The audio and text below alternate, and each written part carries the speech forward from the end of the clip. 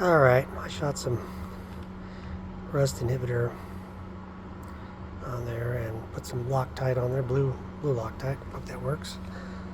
And get this back in here.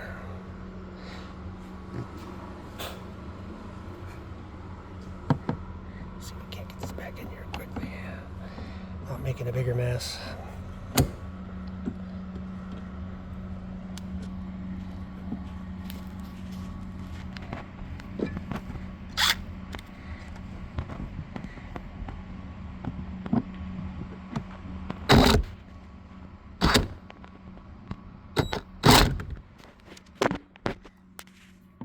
Why is it spinning around like that?